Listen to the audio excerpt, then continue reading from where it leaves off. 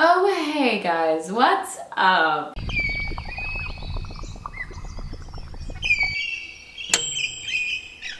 I'm finally making this video. This took way too long for me to do, and I'm sorry about that. Finally making my book recommendations, my top books, yo.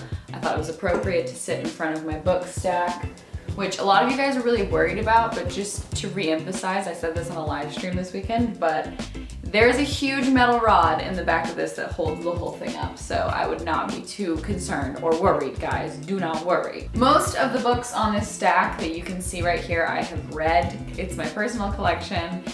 Will has some books on here too that are his. And I thought I would just kind of pull from this and talk about books that I really like. So yeah, and authors that I like and things like that. Book-related stuff, let's do it. First up, one of the #1 writers that I am obsessed with is David Sedaris. I have one of his books up here, Let's Explore Diabetes with Owls, which is kind of a collection of short stories. All of his books are kind of collections of sort of short stories, but that one feels like it has less of a narrative, whereas Me Talk Pretty One Day, which is, I think, my favorite David Sedaris book.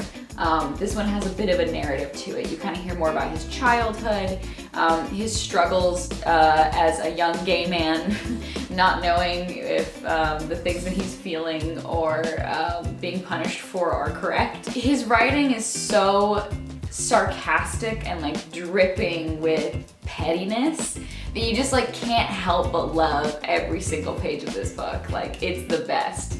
I really need to reread it. I might start over again and reread it because just the stories about his family and his upbringing are hilarious. Like, if you need to laugh, you need to have a good laugh and kind of a self-deprecating laugh, like, oh, I'm in this with a lot of other weird people. Like, this world is not just me, myself, and I. There are a lot of people struggling. Read this book if you need that feeling in your life, because he struggles so hard. It's so good. Another author that I really love, Haruki Murakami, which I have talked about before. He wrote IQ 84 and the Watchbird Chronicles, is that what it's called? Wait, let me see. I have it. The Wind-Up Bird Chronicles. So he is a Japanese writer that deals a lot with surrealism and like dreamlike states and mysticism. And it's really interesting because a lot of what I love about Japanese culture is the belief in spirits and kind of this like mysticism or spiritualism that runs through a lot of the entertainment. Like, a lot of Hayao Miyazaki films deal with spirits or like ancient spirits, family spirits. And I always find that really fascinating because we don't really have that kind of thing in America.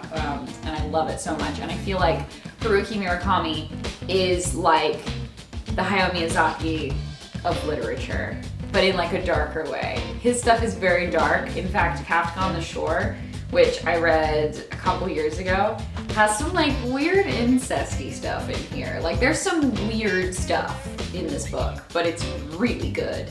When you read it, you almost have to read the page a couple times to understand what situation they're put in. The characters have the most wild stuff happen to them. But IQ 84 is a great starter book. It's very long, but it's a great book. It's more of like a political espionage type book. But yeah, Haruki Murakami, if you're trying to get a little bit of a highbrow Japanese literature thing going on, that's a good one to start yourself off. Next up, a book that I really loved recently that I read a couple months ago, The Psychopath Test by Ronson. I've always been really interested in the psyche behind serial killers and psychopaths and people who just operate without any empathy. And this book is so interesting because Ronson, who is the same author of The Men Who Stare at Goats, he is hilarious. The way he writes is so funny. And when you're talking about something like psychopathy, you're kind of like drawn into a false sense of security because he's so funny, and then they start talking about really dark stuff. And you're like, oh, this is what this book is all about. We're gonna hear about someone like skinning someone. Okay, that's good. Yeah, why not? Or like genocide. Like these really heavy topics that you wouldn't normally want to read about in a book, but because he has such a light hand with it, it makes it really funny. You have a lot of moral decisions to make in this book too, which is really great because it is a true story. He writes what he sees because he's a journalist, so everything that happens to him, you kind of start making decisions. Like, a lot of the book, you feel like you're deciding deciding if someone is a psychopath, if you could be a psychopath, if John is a psychopath, if the person that he met at a mental institution is actually a psychopath, or if they're just misunderstood. Like, all of those things are really important in this book, and I love it. I hope they make some kind of movie remake of this, because I think it would be really cool. Because they did one for The Men Who Stare at Goats, so I hope they do one for this too. Next up, one of my favorite health books of all time, because I feel like I should talk about health books too. I read a lot of self-help books. I'm one of those people. I'm reading You Are a Badass right now. Since that's my self-help book that I'm reading right now, let's talk about my favorite one, which is also a health book, and it's called How Not to Die by Michael Gregor MD. I've talked about this before a million times because I really love this book. I've actually not gotten all the way through it yet. I will skim through and just read random things sometimes, but I've never sat down and done like a full read through. The closest I've gotten to a full read through is right there.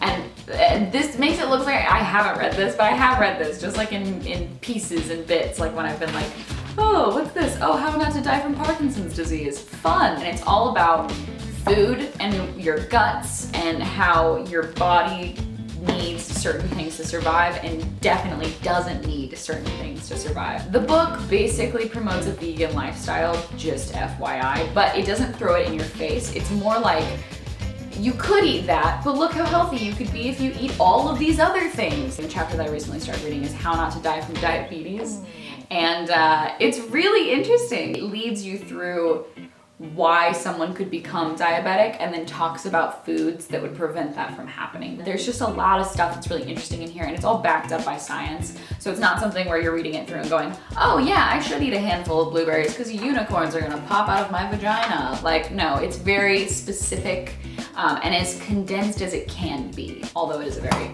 large novel. I have to talk about my favorite magazine because, like, I don't know, paper goods in general, any kind of written material, I think you can sort of lump in the same boat. And also, Frankie Magazine is more than a magazine, it's a lifestyle. I love Frankie Magazine. Will's been getting me a Frankie subscription every year for Christmas since we started dating. Like, I have had 2 full years of Frankie Magazines, and I can't wait for my 3rd one at the end of this year. It's my favorite magazine. It's an Australian magazine. They sell it in New Zealand as well. And a lot of the writers in the magazine are from Auckland, New Zealand, like typically people kind of in that quadrant of the world, which is kind of fun because that's not a part of the world that I feel like I hear about very often either. Just because living in America, you get very waterlogged with everything going on in your country, especially right now. So it's really interesting to hear from different perspectives, as well as it has a million super cool paper goods. There's like a poster or some kind of stationery element in every single magazine, and it like makes my day. If you ever see a cute poster around my apartment, other than like this con one or some of the more legit looking posters, they're all Frankie posters because I put them up all over my apartment and I love them. Oh, I love Frankie so much. I have like every single issue. I have a stack of Frankies that I'll try to insert a clip of that are, oh my gosh, they're to die for. I haven't finished the most recent one, which I must have put away, but I've got a couple articles in the back that I'm like savoring, like I don't want to give it up. But yeah, if you like literally travel, photography, art, design, clothing, fashion, music, everything, baking, doesn't matter what it is, you will find something you like in Frankie. If I could put the feeling that I get when I watch Gilmore Girls into a magazine, it would be Frankie, if that makes sense. It's like a nostalgia boner for me. All right guys, that is it. That's all I'm gonna talk about in this book video. I hope you guys enjoyed this. I'll try to make another one as soon as you guys want me to. Maybe I should make this a regular thing. I have more books. I have like a separate collection of books in London. A lot of these books are books that I've had for years, which is why I've actually talked about a couple of those books in a previous book video before. But that being said, yeah, I need to read some new books. So if you have any good book recommendations, please leave them in a comment down below. I would love to know what you guys are reading. Let me know what you think about the selection of books that I picked out. If you've read any of them, if you liked any of them, because I think they're all dope books, and I'm glad I got the chance to read all of them at one point, and I really should go back through and read them all again, especially David Sedaris. This shit is my favorite. I'll see you guys later. Bye!